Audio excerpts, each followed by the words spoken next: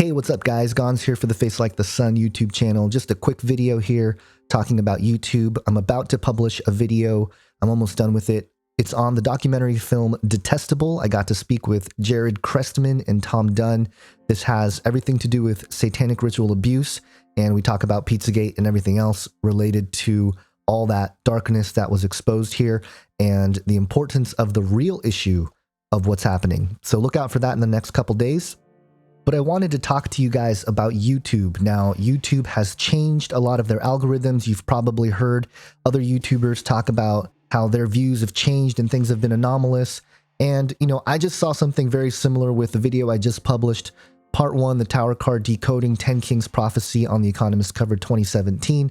Just keep in mind, guys, that when you subscribe, hit the bell to make sure that you get notified every time I publish a video. Now, everyone's talking about this, but I'm just letting you guys know in case you didn't know, you do have to hit the bell there to make sure you get notifications from videos that are published by people you are subscribed to on YouTube, which is kind of weird, but that's just how it works now. But in this video here, which was published a couple days ago on the 14th of December, had some really interesting anomalous things go on. Now, first off, somebody messaged me, Matthew here, said, I keep getting unsubbed to you. And again, I don't know why that's happening. There's a few other people that have expressed or told me in the comments that they keep getting unsubbed to the channel. So clearly there's some sort of hanky-panky going on from YouTube doing something with the algorithms or targeting channels like this one. You know, I'm not playing victim here. I'm just saying, you know, they do seem to adhere to an ideology that is opposed to the worldview that we represent through the outlets like YouTube. That is Jesus Christ, the gospel. That's the truth, folks. That's what's going to really set you free. The truth sets you free. The ultimate truth being Jesus Christ as Lord and Savior. So I don't think necessarily they like that, whether they believe in Satan or they are simply humanists or maybe New Agers. I don't know. I don't know exactly the people or the algorithms. That's the other thing that's really trippy about this. This is all algorithm now. It's all artificial intelligence. So we're almost battling this AI already. And Paul's passage of we wrestle not against flesh and blood, so true today because we really don't. We wrestle against software, which of course we've always wrestled against spiritual entities in the spiritual dimension. It's how this world is, and it's how this world has been deceived also that that stuff doesn't exist. But the world of software, the world of digital, has really opened up how real that communication is in terms of with a realm in which it is information, it is non-physical per se. And that's what's really interesting about this whole thing. So before I go further down that rabbit trail, I just want to say I don't know what's happening. I don't know why people are getting unsubbed, but do make sure that when you do sub to hit that bell. Maybe that has something to do with it. Maybe if you don't hit the bell, you get unsubbed from certain channels. I have no idea. I don't know what's going on. I don't know if the social justice warriors with the hero program are, you know, on my channel clicking it down or whatever. I have no clue. But that's the kind of weird stuff that I'm seeing. Now, in particular to the Tower Card video itself in terms of views, as soon as I published it, a few hours actually after I published it, the view count on the channel froze at 2,727 views. Now, after a few hours of seeing the view count stuck at 2727, I made a Facebook post and I wanted to see if other people were seeing it as well. And definitely a lot of folks were seeing the 2727. It was stuck there for a long time, almost 12 hours, I believe. And eventually, I think it was around 11 p.m., it let up. It actually started moving again. But yeah, see, all these people saw 2727 as part of the number that it was stuck on. Very weird. Now, I took screenshots on my phone from my YouTube Studio app where, you know, YouTube creators can go in there and do things from the back end. And this is what I saw at 8:32 p.m. Pacific time, December 14th. The analytics was telling me that I had 7,900 views, okay, of that Tower Card video. Now, about 20 minutes later at 8:54 p.m., there's proof again that it was stuck on 2727. I refreshed it a few times, still stuck on 2727. At 10 p.m., the analytics was telling me that I had 8,400 views. Then at 11 p.m., I finally started to see the counter move again. So for about 12 hours, the video was stuck on 2727. I also mentioned it in the comment section of the video itself, and I saw all your guys' responses here. Different thoughts from 2727 being some kind of spiritual awakening number if you Google it. I don't know. Somebody accusing me that I'm using a bot. So I don't know. I don't know what's really going on. But again, I've never seen that before on my channel. I'm not freaking out. I'm just showing you guys and sharing with you guys that, again, this is happening across the board. It seems like there is a concerted effort, a silent targeting of certain channels. Now, I do want to say that I am grateful for YouTube, okay? YouTube has allowed me to have a voice. It has allowed you to have a voice. It's really easy to put up your own YouTube channel and say what you want. It has allowed free speech to be expressed in a way that has never been done before, in terms of a worldwide system where people can get on their soapbox and say what they think, say what they believe.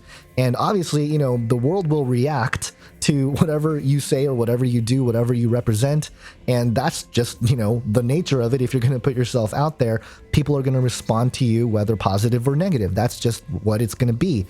But to try to silence that, to try to bring down that ability for each person to express themselves, that's where the crime is here in terms of censoring certain channels. Now, again, maybe we're putting the cart before the horse here. None of us have been entirely shut down as of yet, although topics like Pizzagate, clearly videos were taken down. That was a clear action against certain YouTubers, certain authentic reporters trying to report real news. So that's what really makes me angry about the whole thing. But at the same time, we have to appreciate YouTube because it has allowed people to express themselves. I have personally learned so much from other content creators, from people in the comments, people that discuss or have conversations about these topics that you don't get to in other places. That's part of the reason why it's so big as well, that you can dive into any topic. It's pretty much out there, or if there's not, you can take the reins and cover a topic maybe in a way that's never been covered. So the opportunities of the internet, of a platform like YouTube, has been great, and it has been a shining example almost of how free speech and how self-expression ought to operate in this world, in an open, free world. But we knew it wasn't going to last. So what do? Part of the response of the church in this time is going to have to involve technological wisdom. Now, we know about the technocracy. Go look at Patrick Wood, Technocracy Rising. Go look at our conversation with Patrick Wood, where he laid it out, how this whole thing has been created, this whole infrastructure of enslavement through technology. How there is an agenda, a concerted effort that's been public to take away free speech. It's happened in other countries already. By taking over Silicon Valley, by having influence with the large tech companies and social media, the technocracy is rearing its head like crazy right now. And the response of the church has to be technological. Be wise as serpents, but gentle as doves. Let me just tell you that conversations have been abound behind the scenes of creating something that is encrypted and protected in a certain way, a bubble within the realm of the cloud that is safe, that is secure for Christians to visit. All the same ideas as the dark web, but use it for good. Use it for positive. Use it for protection. Use the powers that are latent in encryption methodology to continue to benefit those who are seeking truth. That's what I think needs to happen, and I think that is where the church is going. It's going underground, but it's going to have to preserve all the information and content that we've created in a digital vault that can only be accessed through a physical means, some sort of physical key, maybe a USB that you physically have to have. I got to just tell you, the world is getting absolutely crazy. This is all sci-fi kind of stuff, right? It sounds really nuts, but this is where it's going, guys. And I think a lot of us have seen it coming. We need to pray that the Lord uses us, uses this time to spread the gospel in a very unique way, in a way that, you know, it has to be supernatural protection, guys. You know, as things get locked down more, our protection comes from the Lord and nothing else. You know, yes, we should make provisions on certain physical necessities, but ultimately we have to understand that our protection comes from the Lord. He's the one that is going to move us forward in this time and preserve the gospel, have the gospel spread, get souls saved. And, you know, it is really an exciting time because for the majority of people, they are not seeing this change coming.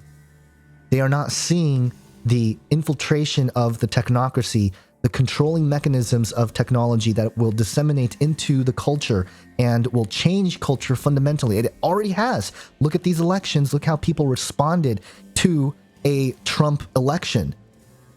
The people who supported Hillary, they acted like children, and now they are reinforcing that childlike behavior with a safety pin. Okay, I'm sorry. I'm starting to go off on a tangent again. I'm seeing all this stuff, guys. I don't always express it here, but I do want to say that there is something that has to be done. There is a move that has to happen with this Christian community, with the truth community in general. I don't, you know, limit it in terms of if you're a Christian or not a Christian. Yes, you know, you have to value certain things and respect, you know, different belief systems, even if you disagree with them. But, you know, in terms of the gospel message, those of us who are in the truth, who are children of the light, we have to do something to continue to do what Jesus told us to do, which is to love God, to love our neighbor, but also to be salt, to prevent and slow down the decay, and be light to expose the darkness and to bring truth out into the world. This is our mission call, and it's becoming clearer in terms of what we need to do. No violence, okay? Protection, sure, but violence, no. We will not be offensive in a physical sense. We will be offensive in a spiritual sense. We will pray through things. We will intercede for one another through prayer. We will link arms in prayer. These are things that the Christian church needs. A true revival can only happen in this manner, in a sort of independent, alternative, truth-seeking community type of thing that can really wake people up, wake up the church, and prepare their hearts for the world in front of them, because it is changing rapidly. So, all right, long rant from YouTube censorship and weird anomalies of my video to grander visions of where this whole community is going. Let me know what you guys think. Have an awesome day, guys. God bless.